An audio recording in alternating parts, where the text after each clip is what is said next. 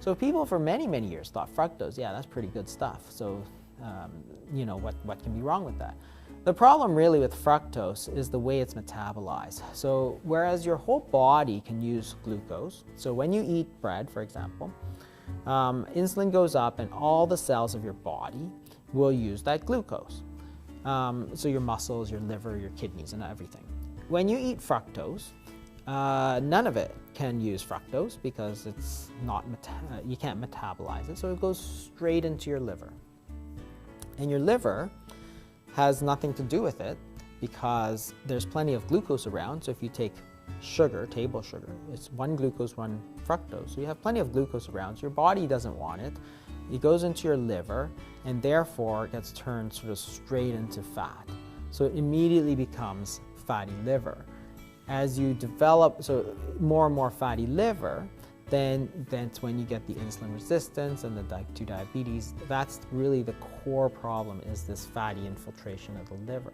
So the story with fructose is that when we talk about sugar, there's sort of a technical term which encompasses glucose and fructose. Those are the main sugars of the body. When we talk about table sugar, it's actually something called sucrose, which is one molecule of glucose and one molecule of fructose. So if we ignore things like lactose and galactose and stuff, it's mostly glucose and fructose that we're talking about. So if you eat bread, wheat or rice or something, you're talking mostly chains of glucose, which is what makes up starch. So the bread and the rice and the potatoes, those are all mostly glucose and almost no fructose. Fructose in table sugar is 1-to-1, so it's one glucose, one fructose. And fruits mostly contain fructose. Fructose is the sweetest naturally occurring carbohydrate. And when you look at a measure such as the glycemic index, fructose looks pretty good because when you measure blood sugar, it's actually blood glucose you're measuring. So because fructose is not glucose, when you eat fructose, it doesn't show up as a spike in your blood glucose. When you eat bread, because it's all glucose, it will show up as a spike in your blood glucose. So if you think about it, if you were to take a pound of bread or pasta or whatever, say your body weighs 180 pounds, all 180 pounds of your body is using up glucose. If you take a pound of sugar, for example, then half of it is glucose and half of it is fructose. So 180 pounds is going to use the glucose, but all sort of half a pound of sugar is going straight into your liver, like the 5-pound liver. So in other words, the fructose is many, many, many times worse at causing type 2 diabetes, obesity, insulin resistance than the glucose.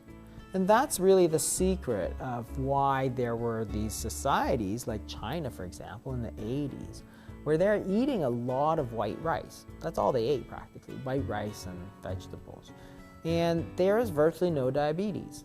The reason is that their bodies, their muscles and everything is using it, as opposed to the fructose, which is going straight to your liver, directly causing this insulin resistance. So if you think about it, you have 180 pounds of body using the glucose. For fructose, there's a 5-pound liver. So it's like, 10 or 20 times worse to eat the sugar than it is to eat the bread. And that's something that people have always recognized. So again, if you just simply were to ask your grandmother, she would have told you that the first thing you want to do to lose weight is stop eating sugar. Stop eating the sweets. It's much more fattening. It might be the same calories, but the way it's metabolized is completely and utterly different. So sugar is really the main thing. And I think if you look at sugar, it's really sort of tapered off. A lot of people have been cutting it out. So there's hope that the message that sugar is really a huge problem is getting out there. The problem is there's a lot of hidden sources of sugar and so on.